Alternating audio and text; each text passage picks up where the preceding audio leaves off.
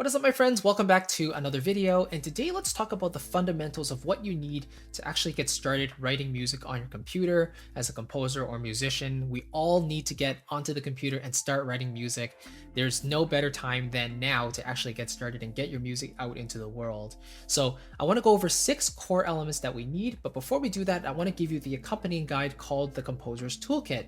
And as I promised, this guide pretty much has all these 6 elements in it described in more detail that we'll cover today, but basically it goes over these six things, and if you follow them, you'll know exactly what you need. There's no frills in there. There's so much that you can buy on the market nowadays, but I want to save you your money and just give you what is really essential. So I hope you enjoy that. It's totally free. Just click it, the link in the description box below to get access to it, and you can download that and follow along with this video if you'd like. So first of all, obviously we need a computer, and usually the ones that are most obvious are Mac or PC or Windows. And I'm personally a Mac person. I really enjoy the functionality and just the intuitive interface, the way Apple kind of builds systems. It's very sleek and very, I guess, easy to use, I used to use Windows computers. I used to use, I forgot exactly what it was. Toshiba, I think it was a laptop. And yeah, it was kind of clunky. It was kind of large. So as the technology develops, of course, they get sleeker and sleeker. But once I switched to Apple, I knew that I wanted to stick with it. But basically, you need a computer because that is going to be your operating system. And that is where you're going to start running your DAW, which is the second element. So the DAW, or a digital audio workstation, is where you're actually going to be arranging, composing, writing your music inside. Okay? So some options are like Logic Pro 10, which is what I use for Mac. There's also like Cubase, Pro Tools, Ableton, Reason, Reaper, Studio One. There's so many you can actually choose from, and they're getting more and more affordable as well. So definitely look into that. If you're interested in writing music, you need a DAW to actually write in. So that's number 2. Number 3, this one is not absolutely necessary, but it is very helpful, and that is a MIDI controller. So what is that? That's typically like some sort of keyboard with like knobs and faders on it that you can push up and down. But basically it allows you to play on your keyboard and input the MIDI into your DAW. And so usually, for my purposes anyway, if it's like orchestral music, then if I want to play a violin line, and I could be using my computer keyboard and pressing the letters, but it's a lot easier to plug in my keyboard, my electric keyboard, which is my MIDI controller, and play it in that way. So it's like a real piano playing my line into the DAW. Very simple, especially useful if you are a pianist or keyboard player. But even if you're not, I would highly recommend it because it's very useful to have those controls in front of your hands. Number 4 is a monitoring system. Okay, so you could be putting sound into your DAW, but whatever you listen to, the sound on is very important as well. So usually you're listening either on headphones or you're listening on speakers. They kind of have pros and cons to each, but I use headphones because they kind of cancel out the room noise. There's no room reflections. There's nowhere for the sound to bounce around and then hit my ears in a weird way. So usually headphones are a more affordable way to go. And again, you eliminate the room altogether.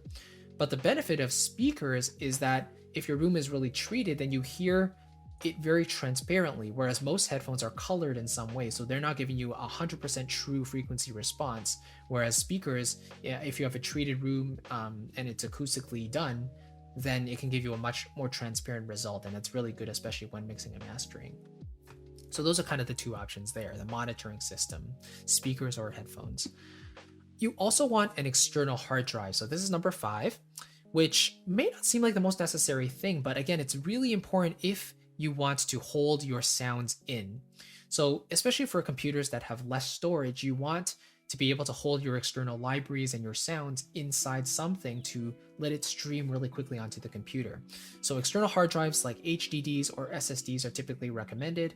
SSDs tend to be faster, quieter, and much more expensive. So just think about that. I personally have two terabyte SSDs from Samsung, but I also have my Passport, which is a HDD drive, and it's 4 terabytes there as well. So as long as you have external hard drives to hold your samples on, that will save up a lot of room and storage on your main computer. But you can also hold them on your main computer as well, and it will load very quickly. So it's totally up to you there. But I tend to use external hard drives. And then finally, sample libraries, right? The actual sounds that will come with whatever you purchase, whatever style of music you want to make, you're going to have to purchase some sounds.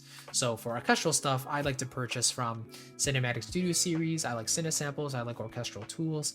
There's the sample developers which sell these products where you can just download them to your own computer and start using them right away. Whether it's a violin section or a piano library or, a guitar library, you can start using your MIDI controller and start playing with them right away, and it's really, really cool. So sample libraries are a dangerous game because, especially as a hobbyist, there's so much stuff out there and you really got to decide what's necessary for you. So yeah, I kind of talk more about those in the guide, the Composer's Toolkit, but you'll have to ultimately make your own decisions on what kind of libraries you want to use for yourself. But hopefully that gives you an idea, and those are kind of the 6 elements that you really need. So of course you need a computer, you need your DAW, which is basically like Pro Tools or Cubase or Logic or Fruity Loops, right? Then you have your MIDI controller, which is like your electric piano, which inputs the MIDI into your computer, into your DAW. You have a monitoring system, which is where you listen to your sound from, either on headphones or speakers. You need an external hard drive to hold all your sounds on, and then you need the sounds themselves, or sample libraries, or sound banks, whatever you want to call them. Those are all the essential things you need to look at investing in order to start writing music in a professional way.